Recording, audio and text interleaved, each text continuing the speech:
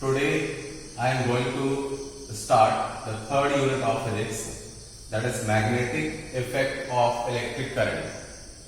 इसके जो CBSE weightage है वो 8 मार्क्स का है. इसका जो फर्स्ट टॉपिक है वो है ऑस्टर्ड लॉ. ऑस्टर्ड ने एक्सपेरिमेंटली ये ऑब्जर्व किया कि when the electric current passes through the conductor then it produces magnetic field around it. वो अपने सराउंडिंग में मैग्नेटिक फील्ड डेवलप करता है. In this field, if a magnetic needle is placed, then the needle shows deflection. जैसे experimentally ये है, जैसे यहां सपोज करते हैं कि एक बैटरी हमने कनेक्ट कर दी with a key, ये की कनेक्ट कर दी and a needle is placed below the wire. ये needle है मैग्नेटिक needle, ये इसका नॉर्थ पोल है and this is south pole, और यहां से ऐसे वायर इसके ऊपर से हमने पास कर दिया. When the key is closed, अगर की को क्लोज करें तो करंट का जो फ्लो है it is from positive to negative. तो करंट का जो फ्लो स्टार्ट होगा फ्रॉम साउथ टू नॉर्थ. तो साउथ से नॉर्थ डायरेक्शन में करंट का फ्लो स्टार्ट होगा. तो हम ऑब्जर्व करेंगे, ऑस्टर्ड ने एक्सपेरिमेंटली ऑब्जर्व किया the north pole of the needle deflected towards west. तो इसका जो नॉर्थ पोल था वो वेस्ट की तरफ डिफ्लेक्ट हो गया. तो इससे ये प्रूफ होता है कि when the current passes through the conductor then it produces magnetic field around it. और उसमें हमने मैग्नेटिक निडल को रखा था, उसमें एक डिफ्लेक्शन प्रोड्यूस हुआ. इसी एक्सपेरिमेंट को इन्होंने रिवर्स करके किया. अगर हम करंट की डायरेक्शन को उल्टा कर दें, suppose current flows from north to south, then north pole of the needle deflected towards east. तो इसमें यह है कि अगर हम करंट की डायरेक्शन को उल्टा करें, रिवर्स करें, तो जो डिफ्लेक्शन की डायरेक्शन है वो भी हमारी चेंज हो जाती है. और अगर इस एक्सपेरिमेंट को ऐसे करें कि निडल को हमने वायर के ऊपर रख दिया तो पूरा हमारा जो ऑब्जर्वेशन है वो जस्ट रिवर्स हो जाएगा. तो ये एक्सपेरिमेंटली ऑस्टर्ड ने ऑब्जर्व किया कि when electric current passes through the conductor then it produces magnetic field around it. अब जो डायरेक्शन ऑफ डिफ्लेक्शन है इन मैग्नेटिक निडल, इसको फाइंड करने के दो रूल हैं. द फर्स्ट इज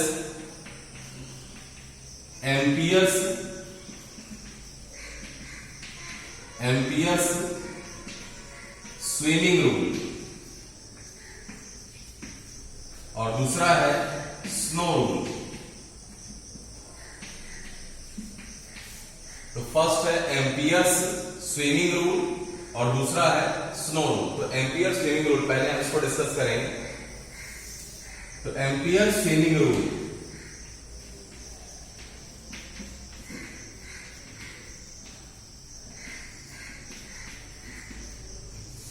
तो according two ampere swimming rule, जैसे सपोज करते हैं कि स्विमर है और वो स्विम करता है from south to north direction. तो स्विमर जो हमारा है वो स्विम कर रहा है from south to north direction.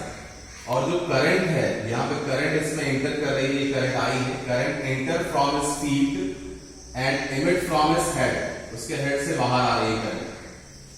Then north pole of the needle deflected towards his left hand. तो ये लेफ्ट हैंड की तरफ इसका डिफ्लेक्शन हो जाएगा निडल का. तो इसका मतलब ये कि when the current flows from south to north, then north pole of the needle deflected towards the left hand. अगर इसी में करंट की डायरेक्शन को हम उल्टा कर दें, north to south, the needle deflected towards the right hand. तो इस तरीके से एम्पियर स्विमिंग रूल को भी अप्लाई करके हम डायरेक्शन ऑफ डिफ्लेक्शन को फाइंड कर सकते हैं. अब सेकेंड टाइप का जो है वो है स्नो रूल. तो स्नो रूल के अकॉर्डिंग, इसे नाम से ही क्लियर है, स्नो रूल से है S means है साउथ एंड नॉर्थ.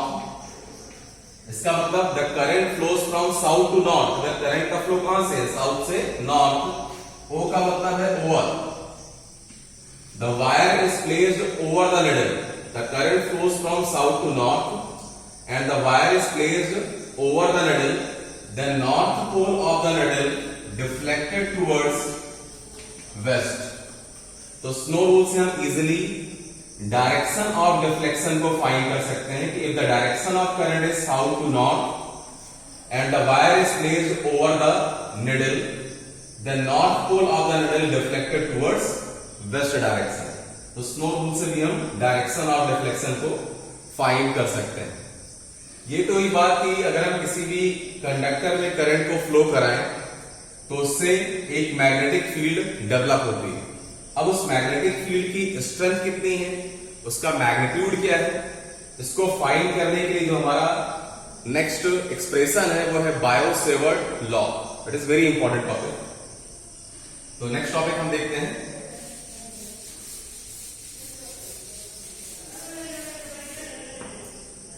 तो नेक्स्ट है बच्चों ये बायो-सेवर्ट लॉ।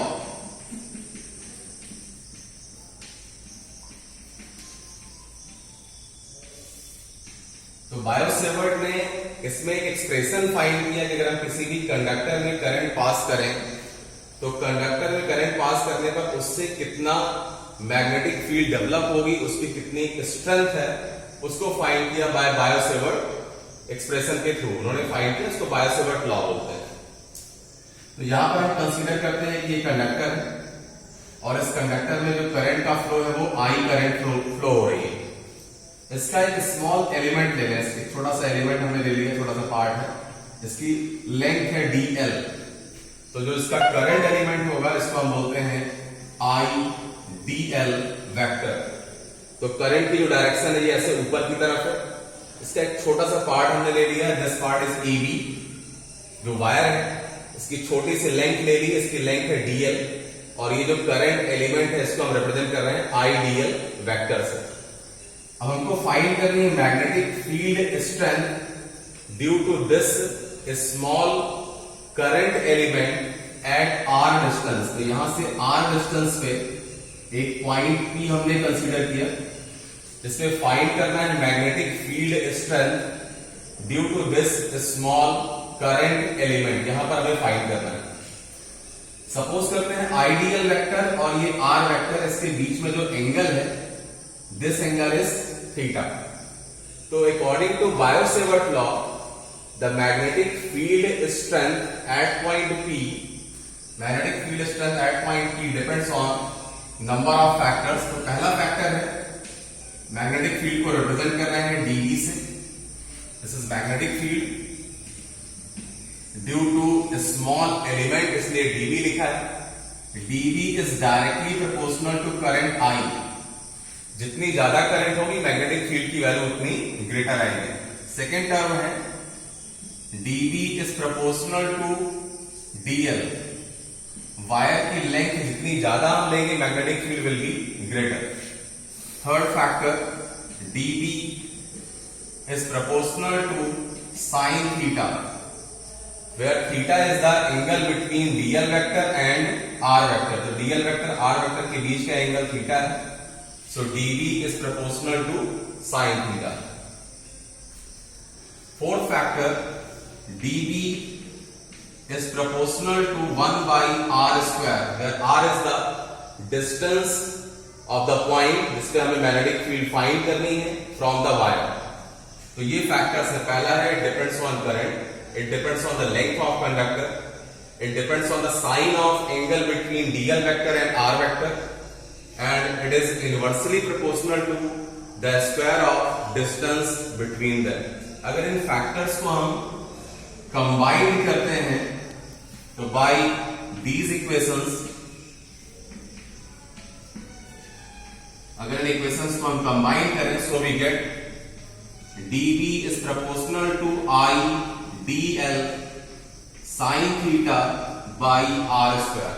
तो ये आ जाएगा dV is the magnetic field due to a small element and it is directly proportional to I dl sin theta by r square।